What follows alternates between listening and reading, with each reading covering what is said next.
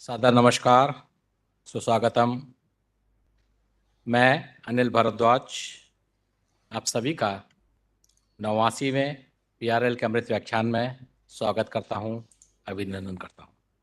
I, Anil Bharadwaj, very warmly welcome you all for the 89th PRL का अमृत व्याख्यान। This is also the 14th PRL का अमृत व्याख्यान of the PRL का अमृत व्याख्यान 2.0, which we started on 30th of January last year after completing 75 episodes of PRL Kamrit Vyakhyaan, continuously happening every Wednesday at 4 p.m., which we started on 4th of August 2021. PRL Kamrit Vyakhyaan is a series of Vyakhyaan which we started to celebrate the Platinum Jubilee of PRL, as well as the legacy and history of PRL in space science and fundamental physics. Today, that is 21st of February 2024, Wednesday 4 p.m., we have yet one other very distinguished Vyakhyaan with us today, and who is Dr. Frank Preusser, who is a professor at Institute of Earth and Environmental Science at University of Weinberg in Germany. And he is going to talk to us on 7 decades of using luminescence in geochronology.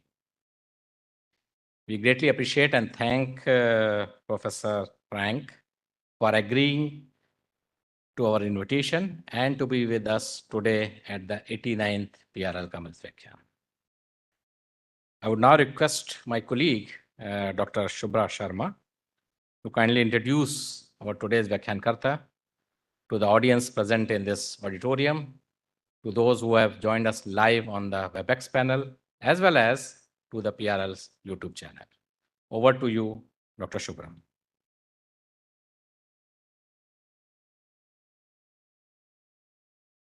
Thank you, Professor Bhardwaj.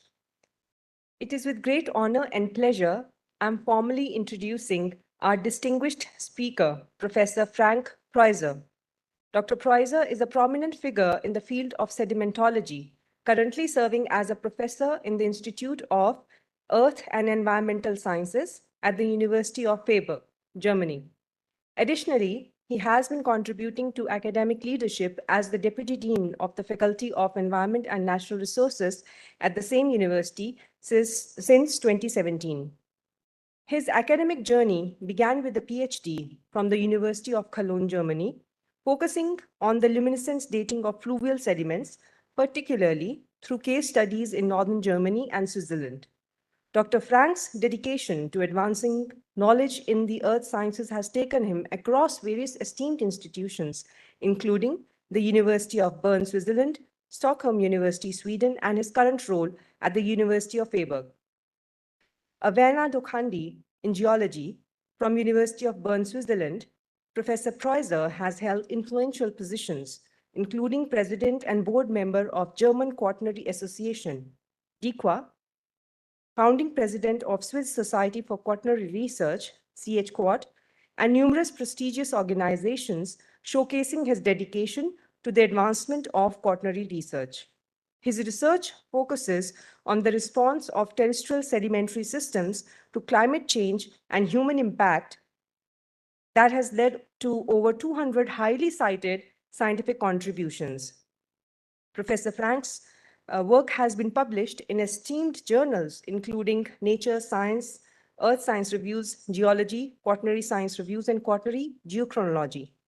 Dr. Preusser's research endeavors are focused on understanding the response of terrestrial sedimentary systems. His particular emphasis on geochronology, especially luminescence dating, has led to groundbreaking projects, examining glacial deepening in Alps, fluvial dynamics in Upper Rhine-Graben, coastal research in Baltic region, and the broader development of luminescence dating methodology. Please join me in welcoming Dr. Frank Preusser, an accomplished scholar, researcher, as he shares his profound insights with us today. Dr. Frank. Thank you very much for the nice introduction. I hope you can hear me quite well. Yeah, thank you very much for the introduction and for the invitation on giving this presentation. Today, I will not so much talk about my application component of my work, but I will focus on the history of luminescence dating over the last 7 decades. And I hope you can see the presentation by now. Maybe you can get a short feedback. Yes, we can see. Good. So, so this is a journey a little bit back into time, looking into the phenomenon or the development of the method of luminescence dating. And I will in particular highlight a little bit more on the persons that were involved and not only on so much on the methods. I have been informed that maybe not all of you are expert in luminescence dating, so very few slides here showing the physical principles, but of course I don't have the time. It's not the aim of this presentation here to go into much detail. So what is happening in solid matter is that if it's hit by ionizing radiation, is that an electron would be activated and it moves out from the valence band into a higher excited stage, the conduction band, where it usually would recombine instantaneously. But part of this charge is trapped at defects within the crystal structure of the mineral and is getting trapped there at so-called electron traps. And these electron traps will increase, or the number of trapped electrons will increase with time, which means, and in response to the amount of ionizing radiation, which means that we get more and more electrons trapped within the crystal. That's the first process that's important to keep in mind. And the second process is then, while these electrons stay at these crystal defects over geological periods of time, let's say millions of years, but they can be released quite easily by adding a relatively low stimulation energy. And that can be either light or it can be heat, and the heat would be a couple of 100 degrees. And then the trapped charge is released, and during the release process, we see a faint glow of the minerals, and that faint glow is actually the luminescence that we can measure in the lab. So we have these two different processes. On the one hand, the production of the signal, on the other hand, that will happen in nature, and we can also mimic that artificially in our labs by using artificial radiation sources. That's one thing. And the other thing is what we can measure is the light emitted by a sample during a recombination process. For geochronology, this is used, so with time, the luminescence signal in the mineral will grow until it is exposed to a stimulation energy. And that would be, most applications are using the light of the sun, which is, of course, an extremely interesting approach because we can date the last daylight exposure of sediments. And that has many applications, and I will highlight a few of those in the following. And what we have to do is that we take the samples at this point here, and then we need to estimate the signal increase with time, and we also need to measure the signal level at the time of sampling, and then we can estimate the time, the dated event that would be sediment burial. That means the moment when the sediment grains are sealed from daylight. This is the very simplified equation that we are using. The age of the sample, it means that the time of burial is described as the dose absorbed. Since that time, the dose absorbed that we can estimate in the luminescence measurement, and it is estimated based on the OSL, the luminescence signal emitted during depth stimulation, which is proportional to the number of electron traps, which is proportional to the energy absorbed, means the amount of ionizing radiation that has interacted with the mineral structure. Second thing we have to estimate is the dose rate.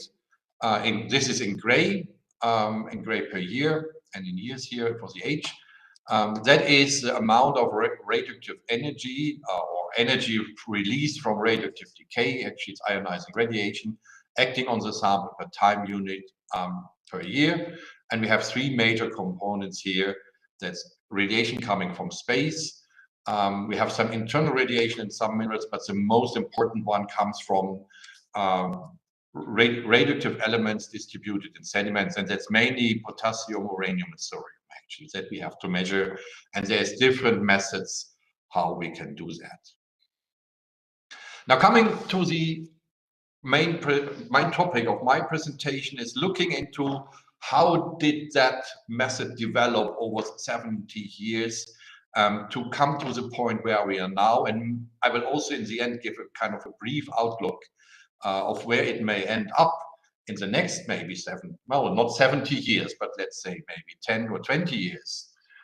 Usually when you look into papers, and I'm citing here my overall very respected Professor Anne Windle here, and she wrote a review in 2008 stating that thermoluminescence was developed by Martin Aitken in the early 1960s. And then later in that article refers to a couple of papers here, all published in Nature of Sciences, with Martin Aitken being involved in the first two papers. And I agree that Martin Aitken was responsible for major breakthroughs with regard to the methods. But saying that he kind of invented or developed luminescence in the first place is not the entire truth. The first paper who actually moved that direction is the one that was published now 70 years ago, more than 70 years ago, by Vyakhyaan, Daniels and colleagues. And they published these TL curves. For those of you who are a bit closer in the topic have seen similar things. And there was one part of that paper says, well, if we use into what we see with the glow curves, that should be possible to estimate the age of a rock from the thermoluminescence signal and from the uranium and thorium content as determined by alpha ray activity of the sample. That's also not the entire truth, but it's pointing towards a potential use in geochronology. And I think as far as I'm aware, that's the first mentioning of this principle. It is another 10 years before the papers of Martin Aitken came out. And in between, there was another group, and that was at my former home university, where I spent more than a decade. That was at the University of Bern, some physicists. A person called Fritz Hautermann. So he was actually German and after the Second World War ended up in Switzerland in a good position as professor in physics at the University of Bern. The problem is, and he continued working the direction that Daniel suggested, but the problem is that paper here, as you can see, is written in German. That's why very few people are so much aware about it. I have translated that into English here, and you see here measurement of thermoluminescence as a means of investigating the thermal and radiation history of natural minerals and rocks, which radiation history also means there is something like geochronology involved here. That was published in 1957. And here you see again these already mentioning that we can use that in kind of a dating context. And you see here similar growth curves, artificially irradiated on the left side and a natural signal on the right side. Those of you who are in luminescence dating will see they got their artificial unstable peak here at 110 degrees that they that time probably didn't know what to do with it. They continued working on that topic, and a person working with Hautermann's, Norbert Gröckler, in 1960 published a paper, and again it's in German, that's why probably not many people are aware of it. And I again translating this one, and it's on the dating of ceramics and bricks by thermoluminescence. So that was 4 years before Aitken published his paper in Nature, and they are looking on the earliest ceramics from Greece as old as more than 5,000 years. And again, they do similar things Aitken did 4 years later, but it was a bit obscure Swiss physics journal they published, and in German, and so that probably was not really aware for most people. However, I found when preparing this presentation here a short note in the journal Archaeology, which had a very wide spread at that time, stating here that there was a presentation in California, and two people, George Kennedy and Leon Knopf, presented something, and they are referring to the work by Daniels and Houtermans here explicitly. And they say there were attempts to examine the practicality of dating of measurement of thermoluminescence glow. So that could be something that could be used later on. And so it was. And if you now look at the paper here by Aitken, these figures were quite similar to what the Bernese group already did almost 10 years earlier. But it was without any doubt, the contributions by Martin Aitken, and I had the honor to meet him in the mid-90s, were without any question. And he and his co-workers were the ones who pushed the method then in particular in the 1960s. Martin Aitken mainly looked into very basic things, so really basic physics related to that. And one very important person was his PhD student in the late 60s, early 70s, actually. And you will see that person again and again. And I had the great honor to work with this person before she retired, and that's Anne Wintle. And in her PhD, she was looking into, the attempt was to date volcanic materials, because we have again the principle of heating and mineral crystallization similar to ceramics, and extend their application into these new fields. And she observed something that is still giving us a headache more than 50 years later. That's the fading of thermoluminescence and optical stimulated luminescence, in particular in feldspar. And I call that phase the awakening, I think, because there were still a lot of issues, and there was very few people on this planet working on this topic, not more than a handful of labs, I think. And then came the major key advancements, and I would say that is beginning in the late 1970s, and then in particular in the 1980s. And a key paper in this context, it's again Anne Wintle, and she played an important role, a key role, I would say, in the 1980s up to the early 2000s or mid 2000s. And that was here together with Dave Huntley.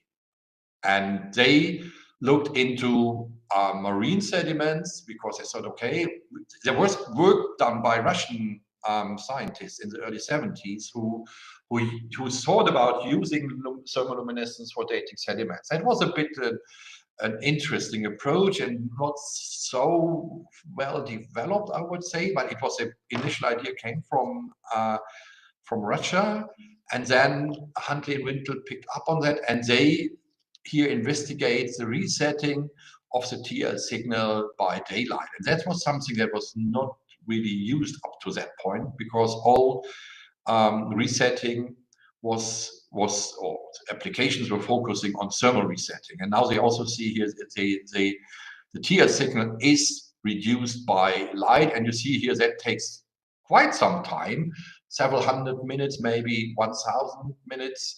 But for sediments that had undergone traveled a long distance, there should have been a long daylight exposure. And so that's logically, they started to work on a deep sea core here from the Antarctic Ocean. I'm not sure how they got their hands on that. I'd never asked Anne about that. And now the next graph here they have in their paper, it's really difficult to read, and I think it's a bit strange. I should have turned that around, but that's how it's given in the paper. That is a core depth. That's the inferred age here from isotope measurements. So yeah, and then you see here's a radiation dose in kilorad, not in gray, but in a different unit.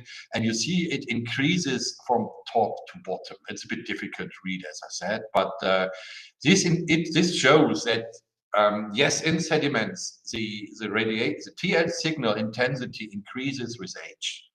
Well, that's the key message in this paper here. That was also in Nature. And then a few years, 2 years later, actually, and Windle published a paper, again in Nature, and that is the kind of the first, I think, as far as I'm aware, the first real ages that were published on sediments here. And we see she was working on loess, on Aeolian dust from southern England. And this looks almost, this table almost looks a little bit like what we would see today, the sample code. And then we see here the equivalent dose that has been accumulated by the sample, content of potassium, thorium, uranium, and then the dose rate, and in the end, the age. Just 1 year later, India actually entered the stage, and I think Ashraf Singhvi is present at the conference. What I've heard is that paper here, also in Nature here by Singhvi and colleagues. We see the table similar to the one we seen before, and this is now, again, as far as I'm aware, at least internationally published, the first paper that moves away from the dust and now moves into sentience. And we see here, again, ages reported, and that is, again, in a way similar to where we are now, more than 40 years later. And when I started my careers in the early 90s, TL dating of sediments was still a very common thing.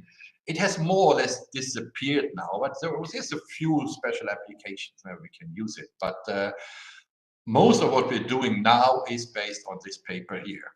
Again, David Huntley, again in Nature in 1985. I would say that's a major advancement. That's the optical dating of sediments here by Huntley, Godfrey Smith, and Sewell. And what they did is actually that they use a laser and they are stimulating now, and it's a logical consequence of what was done before. Because if you're looking something that is reset by light, they are following up that path and use light for stimulation and not heat. It has some advantage and also some problems, but I think the main difference to TL dating is that the time it takes to reset this optical signal, and it's part of the TL signal, not only a tiny part, that just takes minutes. For the TL signal, we have seen that before, it's about maybe 1,000 minutes. Now we are down to maybe 5 minutes or something like that. It depends pretty much on the light conditions, but we are orders of magnitude faster than that. And you see here they did some first ages here, which is in the beginning with large uncertainties that could definitely be improved later on, that fitted here with some radiocarbon ages, and they say problems were found with too much younger samples. Yeah, well, I would say that still applies today. We find problems.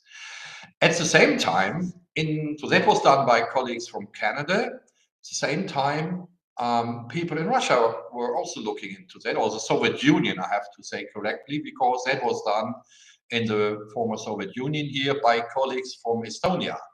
And the key person here is Galina Hütt. And what they did is, what Huntley et al. Used the green laser, and the rumor I've heard is that they didn't have a green laser at the institute in Tallinn, but they had an infrared laser, and they used that one, and they saw actually that the infrared laser was able to stimulate a luminescence signal in feldspar. It does not stimulate a luminescence signal in quartz because the energy is not high enough, but it stimulates an optical signal in feldspar. So, and that led to the development later on that for dating quartz minerals, we use green visible light, green light or blue light. And for dating feldspar, most people rely on infrared stimulation. We are not using lasers anymore. That was simply the option, the technical option that was available at that time. Meanwhile, LEDs have developed rapidly, and they are much cheaper and easier to handle. So most machines nowadays will use diodes for stimulation. So I would say these are the major advancements, the observations that we had, because that we can date sediments, and then the movement towards optical stimulation here in the second half of the 1980s. And I would say what happened then during the next 10 years is that the method established. And I started working with luminescence in '93, so I've celebrated my 30th anniversary already last year. And at that time, well, the main advantage of optical luminescence, we see that here in the left graph, where you have the open circle shows the time it takes to reset coarse and feldspar signals with optical stimulation, and in black we see the time it takes to reset a signal with TL. So, and you see that's orders of magnitude slower. What we did at that time, and that's actually a figure on the right taking from my PhD, we were using the multiple aliquot technique, which means that you prepare a lot of subsamples and then you irradiate them to with higher and higher doses here, in this example to 90 gray, and then you fit a curve so this data set, you see a lot of scatter, and then you extrapolate that to the dose it would have received in the past. There was also a regenerative approach, but I don't want to talk about that in so much details. But I want to highlight here that this includes a lot of uncertainty with regard to the fitting. That was a nice behaving sample. I got almost desperate when I worked on proglacial sediments from Switzerland, and these curves looked really horrible, and I didn't understand at that time what's going on. We will come back to that in a couple of slides. So here in 1997, there was a kind of a review volume in radiation measurements where the key persons at that time, we see a few coming up later, summarized the state of the art. So Anne Wintle summarized a little bit on how the practical part is done. And those, in particular the younger of you, might be interested going back in time and see how it was when we did not have ZAR. When I talk to my students, it's always about the time they cannot imagine, for example, not having a mobile phone, which until early 2000s was normal for all of us who are a bit older. But I think most modern people can't imagine how it would be in not checking the internet. Well, I couldn't have given this presentation here 20 years ago. So we have this review here by Anne Wintle on the methods. Then another very important person is Bert Roberts, who just retired from professorship at Wollongong in Australia, although he's originally British. He, in particular, after he has written this review, I would say, but starting at that time, he was probably one of the major players in the context of archaeology. And luminescence dating has really brought massive breakthroughs with regard to the chronology of human dispersal, for example. So Bert's work was mainly on looking into the migration of modern humans, Homo sapiens, into Australia, and that happened much earlier than expected, because he could show with his work that humans already show up in Australia latest by 60,000 years ago, and that was usually expected to come much later. And there's a lot of work from his group and his partner Xenova Jacobs, who have worked a lot in the context of dating archaeological sites with major breakthroughs, many of those published in Nature, Science, and similar high-ranking journals. The other thing that also had a major impact, and that's where my main personal focus has been, I work a bit in archaeology, but I'm mainly working in the context of sediment dating, as you heard before. And one person, and I had the honor to meet John Prescott before he passed away in early 2000s. And he worked also in Australia, and Australia has beautiful quartz samples, so that was really something. And he summarized the early ages of sediment dating, mainly by TL, and you see that's a fit of radiocarbon and I think they are not calibrated as far as I remember. With that's why the GLHs are all a bit younger. So if you would calibrate a radiocarbon, they would fit even better. But calibration of radiocarbon was not so well known at that time and not so established as it is now. And you see one example here, also very interesting person, the late Stephen Stokes, who I had the honor to meet several times. And he was working on dunes here from North America and comparing now optical dating with radiocarbon. So the key message with this graph here is, at that time, let's say approaching the late 1990s, luminescence started to establish really as a research tool. I would still say in the 1980s, a lot of people probably, it was a bit an exotic method. A lot of people wouldn't have known about it. And now in the 1990s, more and more people start working. And you see that also in the number of labs that were established at that time. It was more and more and more. And I finished my PhD in 99, so I experienced that a little bit that time. And I also experienced that the major breakthroughs that happened here starting in the late 1990s. I remember I was at a conference in Aarhus in Denmark, where there was a farewell party for Van Mejdal, a famous Danish researcher who worked in the field of sediment dating. And he was at that time, I think in 1998, he was replaced because he retired after heavy health issues. He was replaced by a very important person that would come up later.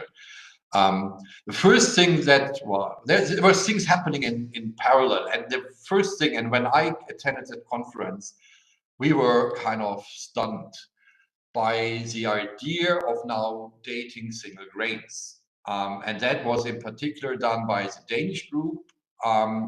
And they hired, at that time, he's about my age, I think, kind of really rising star. He was PhD student of Anne Wintle, and there was Jeff Duller, who's still professor in Aberystwyth in Wales. And he provided major breakthroughs in the 1990s, in particular early 2000s, I would say. And one was the development of a system to measure single grains. And you see here, so you see the scale here, so a finger. So we have a disc with 1 centimeter diameter, and there's 100 holes drilled into this disc. And there's a laser moving from one hole to the other and simulating these grains one after the other. And that's still state of the art. So that machine was developed in the late 1990s, and it still looks more or less the same as it looked at that time. The main advantage is that we could then start to tackle one issue that was, and maybe still is, a major problem in luminescence dating. And that's the question of whether at the time of Boreal, the luminescence signal was really at zero, because that's the basic assumption. And what is used in this context here is measuring many grains. And I just this morning had a conference with one of my PhD students, who's actually from India, who is looking into partial bleaching of fluvial and proglacial sediments. And you do that by looking into the distribution of individual grain DEs, so equivalent dose. And she showed me a plot where we had 150 individual DE values, and you can translate, and that's what they do here, you can translate these DE values into years. And you see here, if we look on the left figure, we have a pronounced peak and then a certain spread with a skewness towards higher values. And the skewness towards higher values, that is what we expect is the grains that were not completely bleached. And then in 1999, there was already a breakthrough paper by Rex Galbraith and colleagues, with Bert Roberts being involved, where they introduced statistical methods to extract this peak here. And still that is an issue, and we have been discussing this morning with my PhD student and postdoc. Applying this approach is actually only possible I would say in combination with another one. And again, it was Anne Wintle and then Andrew Murray who started to work here at the Preusser National Laboratory, but actually he was professor at the University of Aarhus at that time. But it was a kind of a dual arrangement that he was professor at Aarhus and then was actually working physically in Roskilde, which is about 100 kilometers from Aarhus, as far as I know, Denmark. What he and Anne developed in the late 1990s was the approach how to measure or to calculate the dose on a single grain or even single aliquot basis. Single aliquot means that you're measuring several grains at the same time, which has some advantages, some disadvantages, and I don't have time to go into detail here. The key is that they observe that during luminescence measurements, the properties of the mineral may change, and they wanted to monitor that, and they did that by applying a test dose after the different dose steps. So they measure the natural, then the test dose, and then they measure different doses, construct one curve, and they really look so much better to the multiple aliquots that we used beforehand, that within one or 2 years, I would say 99% of the measurements were done using this approach. It was really a change in doctrine from one day to the other, more or less. Maybe 1 year to the other, but it was a rapid one. And I would say that also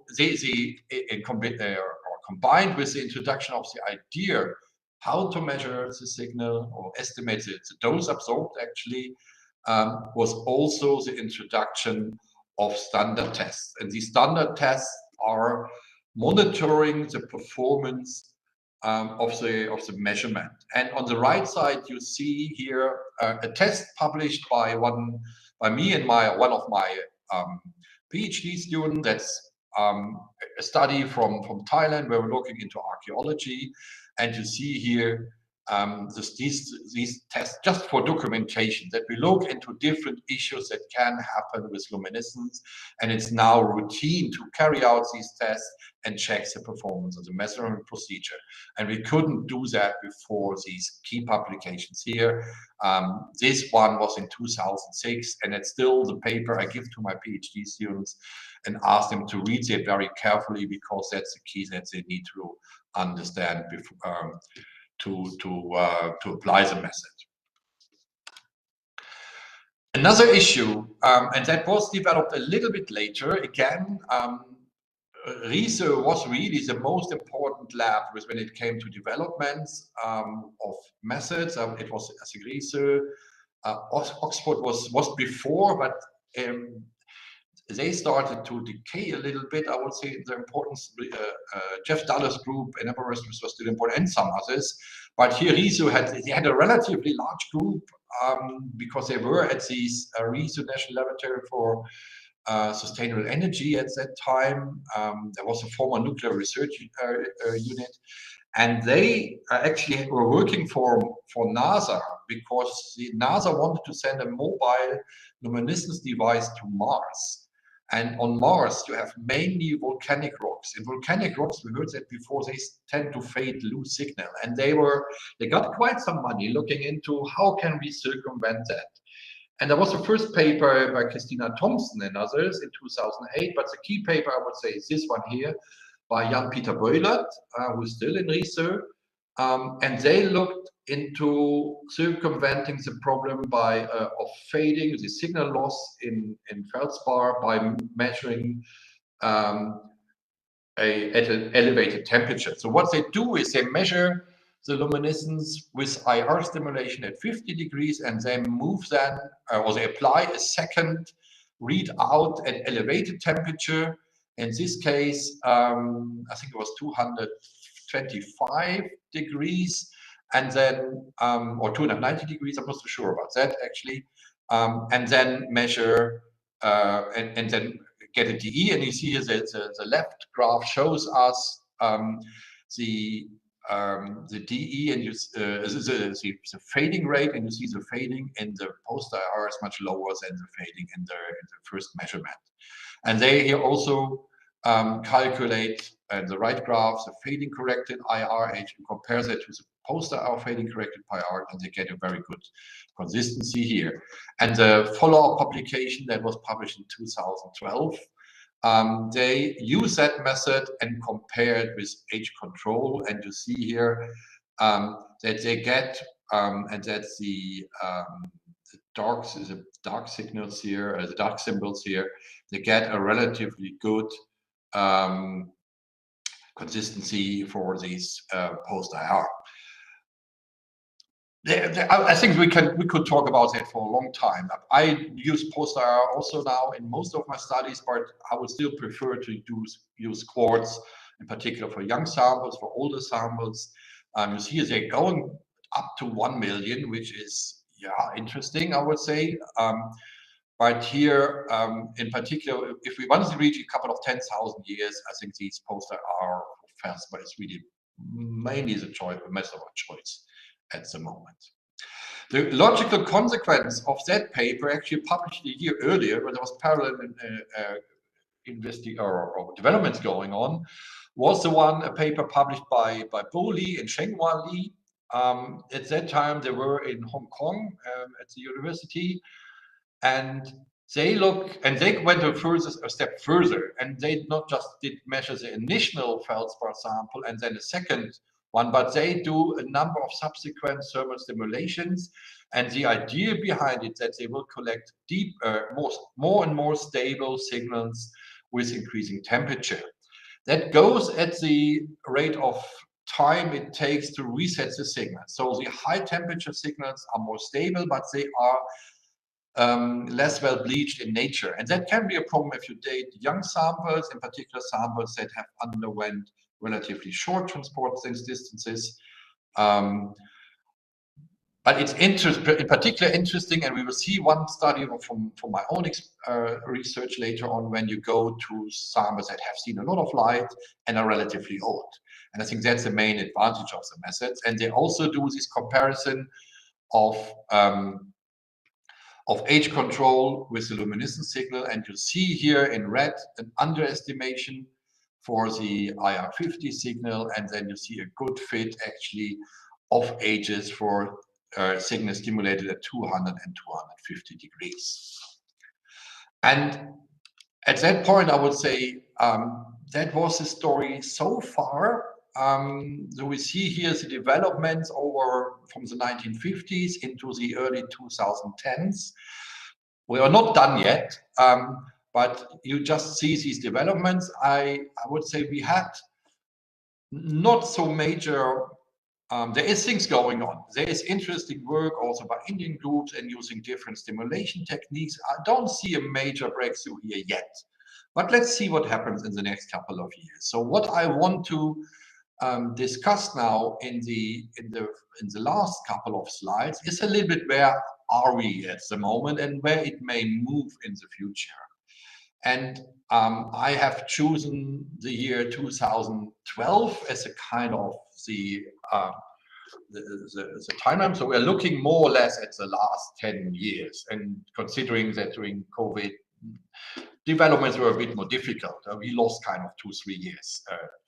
And first thing is a little bit, well, we stick a little bit with the standard applications of luminescence dating, which would be mainly sediment dating, maybe in both geoscientific context or also in the context of archaeology. That would also apply here to dating artifacts, I would say. But I will stick with 2 case studies from my own experience. So now have a look into how young it can get.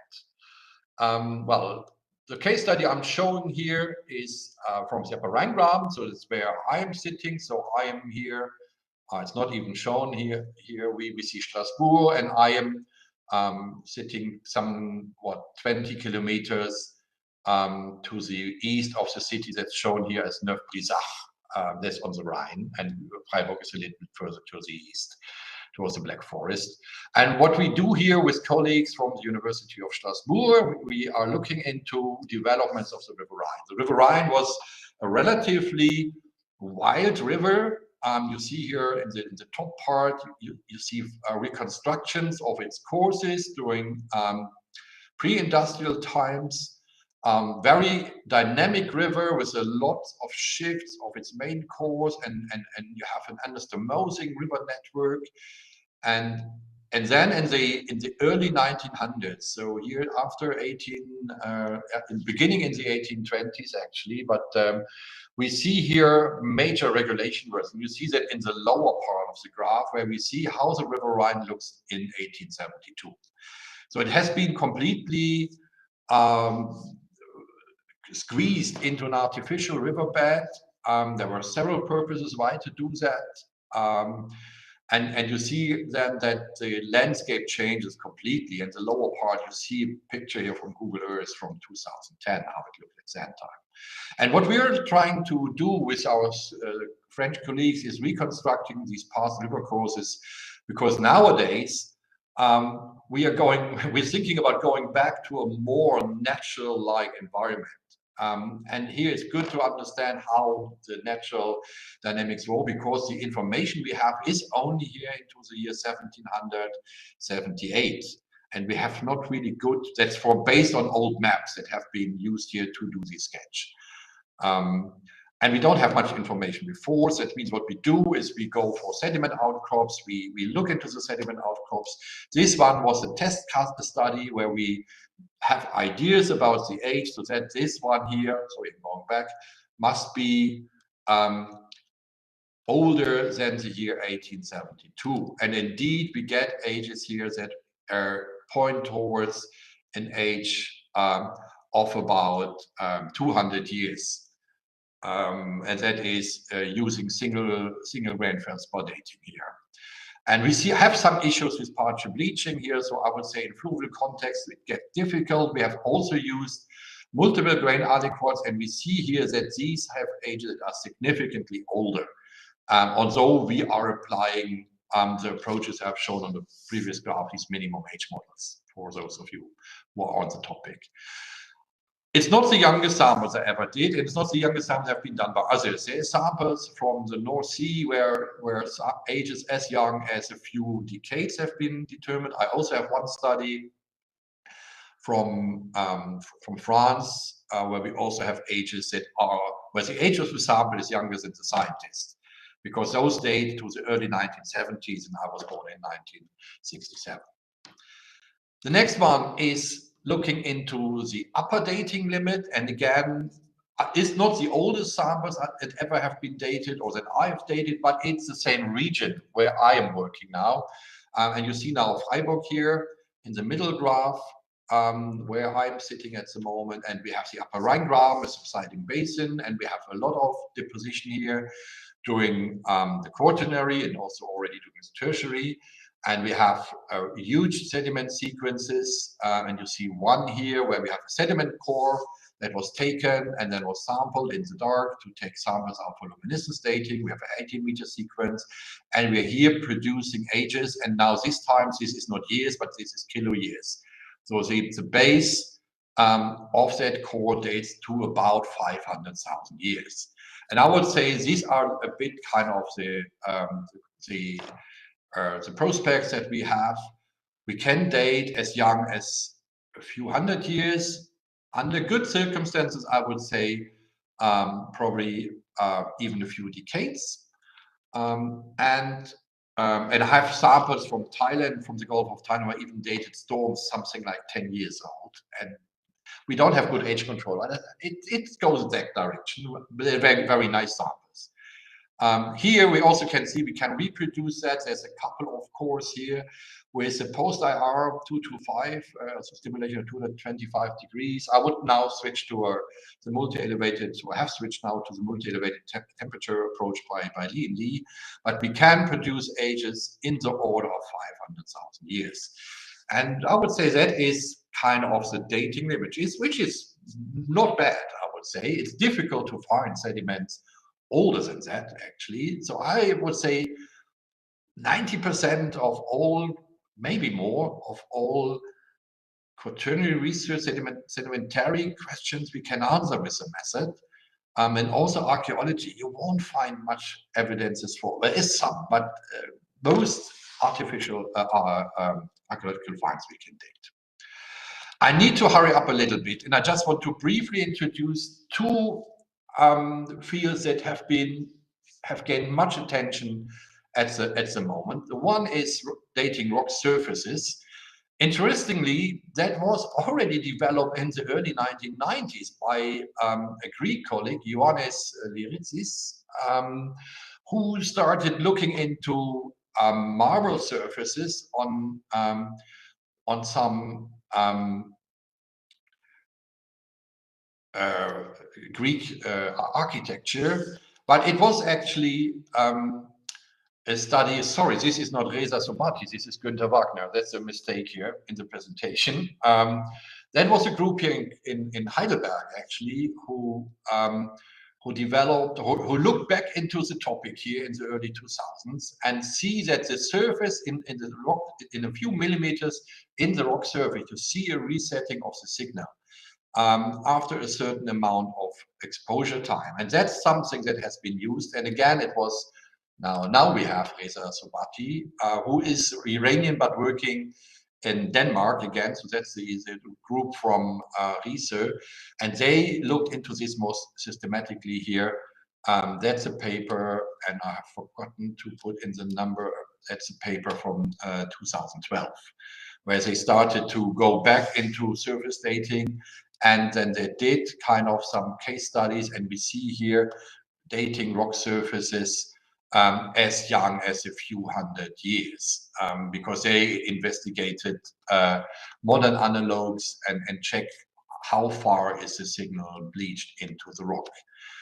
Again, there was a nice review paper by Ioannis and colleagues here on in 2013 in dating in the archaeological context. And another study I want to just briefly mention here is by my colleagues from Cologne University, is looking into dating here blocks moved by tsunamis and storms here at the coast of Morocco. And you have these boulders tipping around, and then once you have the boulder here, you can actually date the time it has been exposed to data by looking into the depths where the bleaching front reaches into the surface, and then you can calculate the ages here, and you see these are ages of a few thousand years. Final one, and I know there's a couple of people present working in that context here, is thermochronology. That's something that was developed originally by Frédéric Amrut. I think the luminescence person behind that is Eddie Rhodes, who was at that time in Australia, and Frédéric was in Australia at that time. Again, I forgot to put in the age. That was published in 2010. And then Frédéric actually moved, and they started to measure the thermal history based in the New Zealand Alps. The idea here is that the luminescence signal is erased at elevated temperature. And the temperature doesn't have to be several hundred degrees. It just needs then time to release the signal. And the idea is during exhumation of mountain ranges, samples will move from higher temperatures into green, into lower temperatures, and at a certain point, the production of new signal will be higher than the raising by the temperature, and then you can actually determine that. So it means the parent OSL ages reflect bedrock thermochronology. That first paper has some funny things, and I know Eddie for many years. We are also almost same age. There is some really interesting bugs in that first study, but it triggered everything. And then they actually hired a PhD student, Benny Guralnik.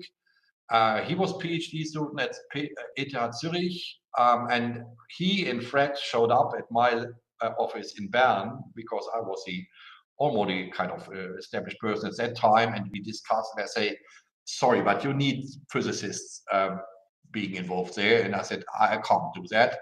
And there's this paper here published in 2011 by Benny as part of his PhD.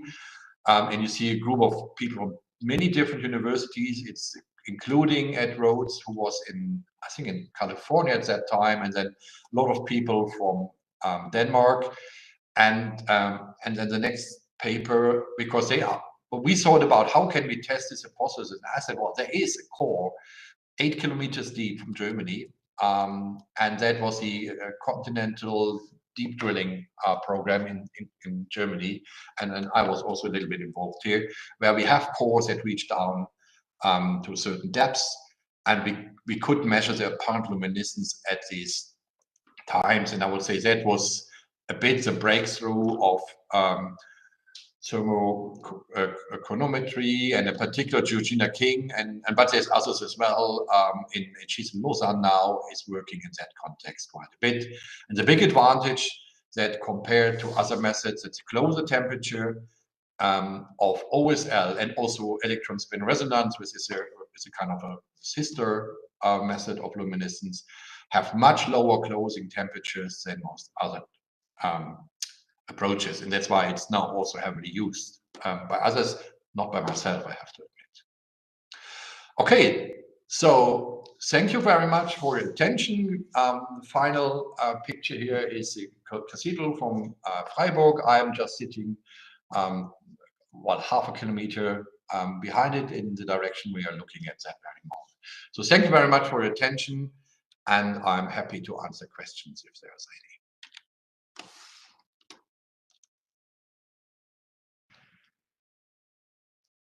I can't hear you.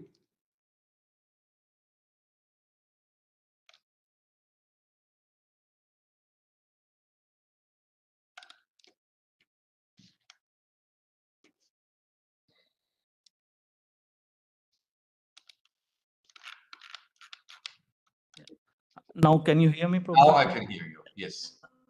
Yeah. Yeah. Thank you very much. Thank you. So now I'm Dr. Naveen Chauhan.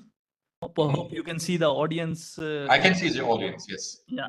So we have audience at the 3 places: in the auditorium, at the this WebEx platform, as well as on the YouTube platform. And I'm very much thankful you have taken us through the journey of the OSL from the very beginning times, and till date it has developed so much and being applied at new places. So I am sure that there must be many questions from the audience. And first I will take the questions from the auditorium. Then I request Professor Dr. Bhushit to handle the questions on the WebEx and the YouTube. So we just begin the question answer session, and we take the question from the audience. Yeah. Okay. So first we take question from the auditorium. Anyone having questions?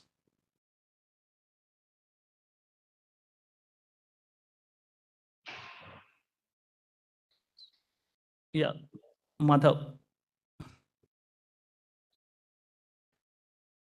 Hi, Professor Frank. Hello. Hello. Hello. Yes. I have just like a silly question. This physics guy who measured the luminescence curve, the 1957. Yes.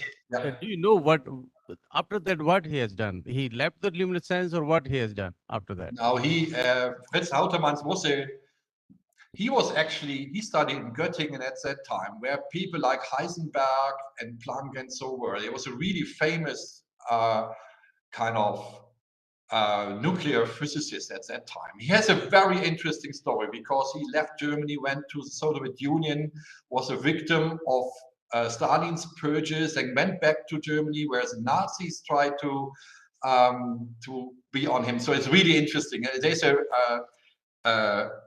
very interesting book about him.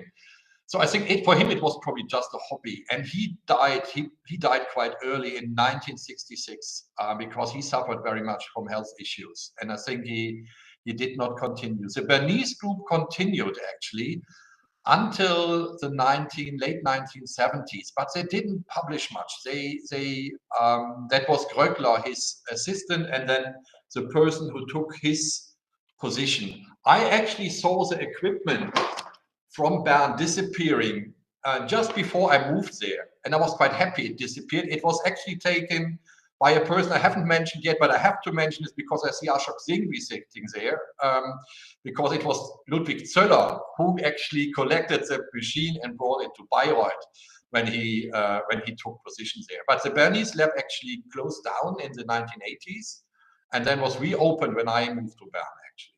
So Houtermans didn't continue so much that direction. I think his interests were manifold, and he was looking at many other things. And then, of course, he really had severe health issues and then passed away at a very early age of 62 or something like that. Thank you. Dr. welcome. Murthy, yeah. Hi, Frank. Hello. I have one historical, like you mentioned about Helena Hutt using IR LED in Russia Yeah. because she didn't have green LED. I mean, is it just that was the reason? That's what I have heard.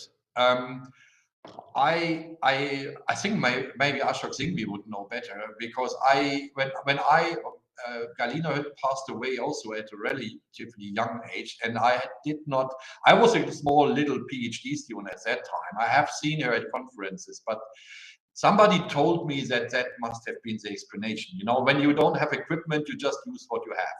And sometimes, of course, this produces major breakthroughs, because you have to improvise, but you try something similar, and then you see something. That's what I've heard. I'm not so sure about that. Any other question? Yeah, Praveen. Hi, Frank. Thank you for the nice presentation. I have a small question. Yeah. Like, the methodology evolved during a period of time, like around 50 years. So, for example, if I take a dated section, which is done 20 years back, and if I do the same section today with the new technology, developed methodology, so do you expect a difference in the age calculated on that date to this date? If you expect a date, how much? Or what is the quantification or something you can light? That's a very difficult question. When my students ask me something like that, I will always have, I call it Frank's rule, and that says it depends. It depends what kind of material it has been used. Is that a loess or something that is relatively easy to date, I would say, or is that a proglacial sediment? And the more complex, the more doubts I would have. And it pretty much depends on how exactly, which kind of procedures have been applied. And 20 years ago, I would say it could be okay. I published 20 years ago, and I would still believe some of my old data. Some others, well, would be not so sure anymore. The offset could be anything from 0 to, I don't know, 100% more or less. I would say it very much depends.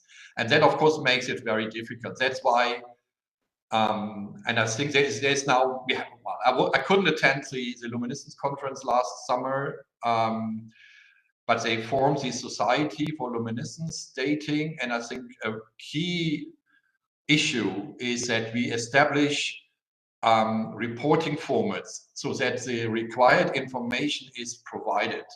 So if you now look into ages that have been published 20 or 30 years ago, if it's just the numbers, I would say you don't know what to do with them.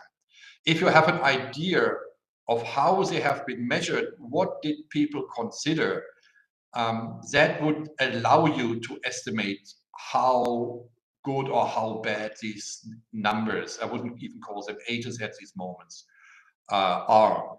And it has taken the luminescence community still until now, and we haven't really got to that point yet, that we globally agree on standards. As you probably know, I'm editor of Continuing Geochronology, one of the journals where the major papers are published, and I will have an eye on that, and most reviewers will. But in particular, in journals that are not dedicated to geochronology, I very often get reviews back where the reviewers say, that is only for the luminance expert, we don't need that information. And I say, I'm sorry, but they have not understood what the problem is. And that applies to all kinds of geochronology. The better or actually all kind of data, I would even say, the better it is documented, the more future generations can use this data. So sorry, long answer, but I think it's not an easy question, but it's very important, I think. Yeah, Shubhra. Hello, Professor Preusser, Shubhra here. My question is mostly driven by curiosity from one paper where you had applied luminescence, the younger channel of upper Rhine River, where there was an evulsive channel. Just I'm curious, what is the motivation behind going back to the natural setting? Is it some kind of hazard happening there, or I mean, I was just curious. Yeah, it's interesting because many countries probably at the moment, I'm working in Thailand on river dynamics, they're just starting to squeeze their rivers into artificial beds. And in Europe, we have done that already. I think there's almost no natural river in my own country anymore. There's very few. I would say 95% have been regulated. Of course, it has some advantages with regard to flood protection. The Rhine, the main motivation was to get it shippable, and we will not completely move it back. I think that's impossible. But nowadays, in Europe, I would say, in particular, there is the understanding that we have destroyed our natural habits. And people more and more regard it valuable that we have not only one kind of bird, but 100 kind of birds, that we have different animals, and we have destroyed the habitats. They don't live here anymore. And that is something, the River Rhine, I was born on the River Rhine, actually, in Leverkusen, down the river, 400 kilometers from where I live now. And at that time, it was unthinkable to go into the river and swim there, because we have biochemicals factories here in my hometown, and they have polluted everything. Nowadays, it's no problem. You shouldn't go swimming there if you don't know to, but they have really put in initiatives to revitalize our nature again. And I think the countries that are in a massive industrial development at the moment, as India is, will do the same mistake we did.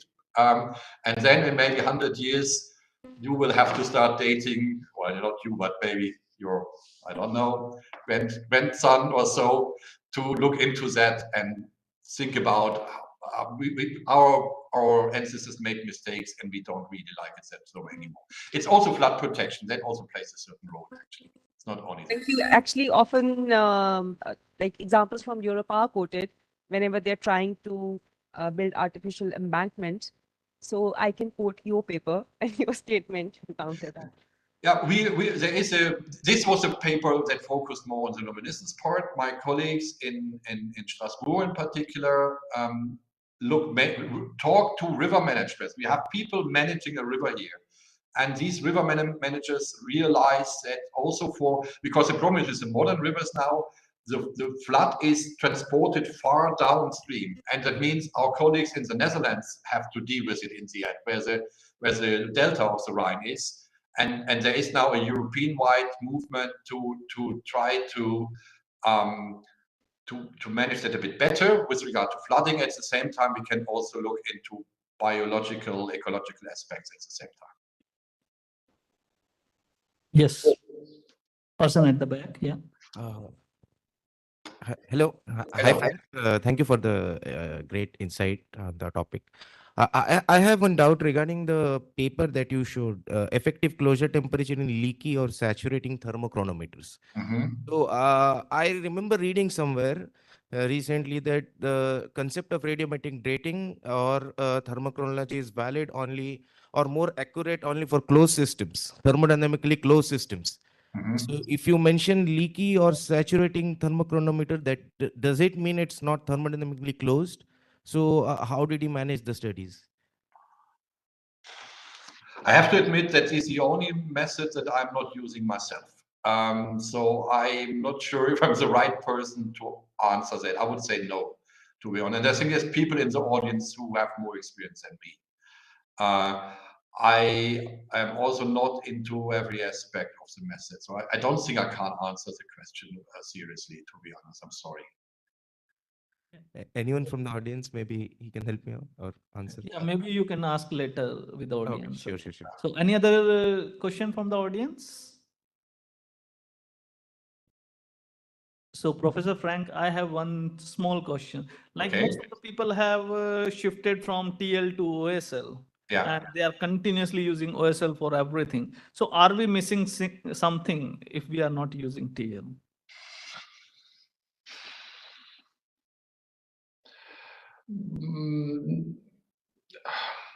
It depends again a bit what you want to do.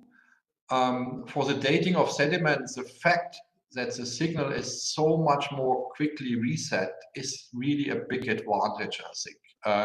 In particular, in particular when it comes to dating of sediments.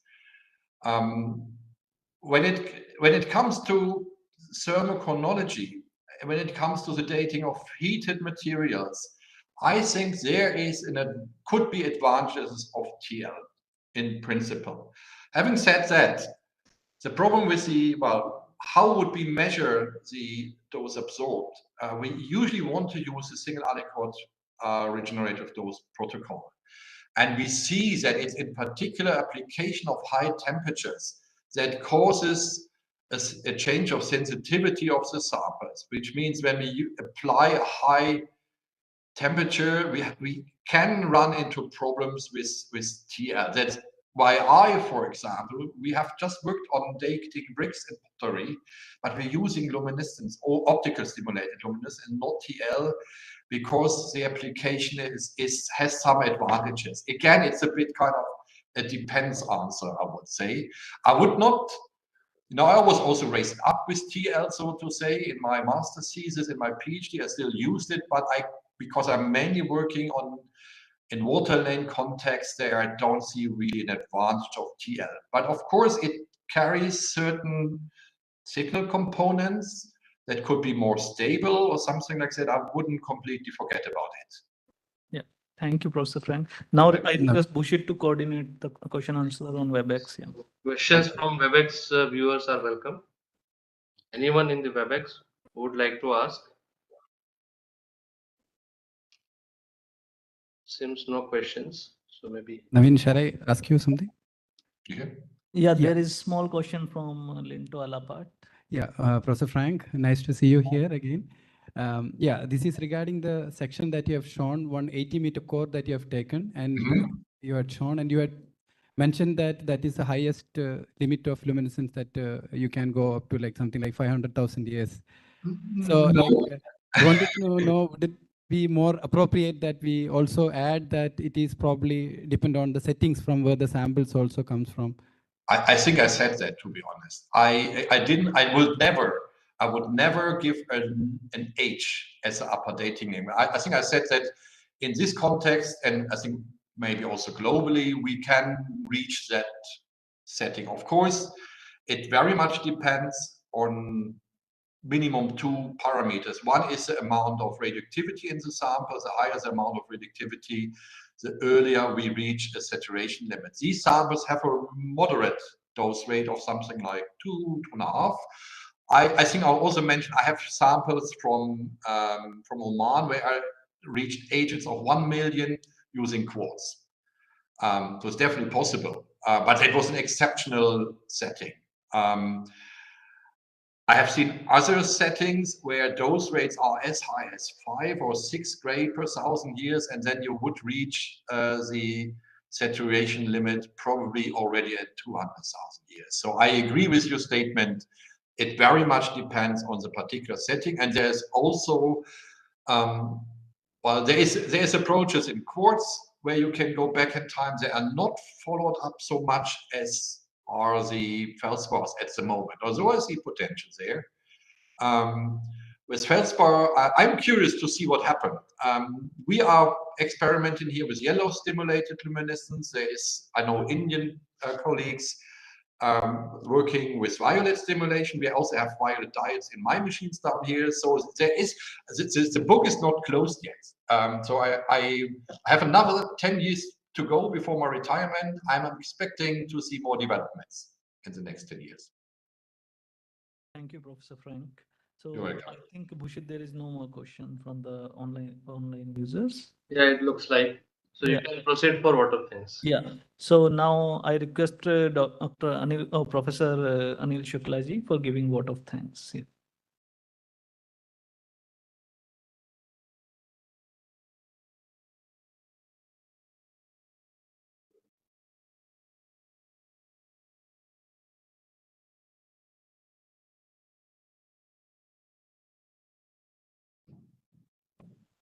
Hello. Yeah. Now we are now ending the session now. My pleasant duty of giving vote of thanks. So thank you, Professor. On behalf of PRL, I extend my heartfelt gratitude to each and every one of you for your presence and active participation in today's colloquium. First and foremost, I would like to express our sincere appreciation to our distinguished speaker, Professor Preusser, for gracing us with his insightful presentation on the history of luminescence dating. Sir, your expertise and passion have truly enlightened us and sparked throughout the lecture and discussions. Your valuable contributions have undoubtedly broadened everyone's perspectives and inspired to delve deeper into the subject matter. I would also like to extend our gratitude to all the attendees who actively engaged in the discussions following the presentation. Added immense value to today's colloquium, fostering a stimulating environment for intellectual exchange. A special thank you goes to our director, Professor Anil Bhardwaj, for his kind help and support. The invaluable help and support of PRL Amrut Vyakhyaan Organizing Committee, Dean Kollam Rajuji, Professor Nandita Srivastava and Lokesh Rao, and CNIT, personnel who have worked tirelessly to make this event success is highly appreciated. Your dedication and hard work have not gone unnoticed, and we are truly grateful for your efforts in bringing this colloquium to fruition. As we conclude this colloquium, let us carry forward knowledge gained and the connection made today. As we continue to strive for excellence in our respective fields, thank you once again to everyone who has contributed to the success of this event. Now we can signing off.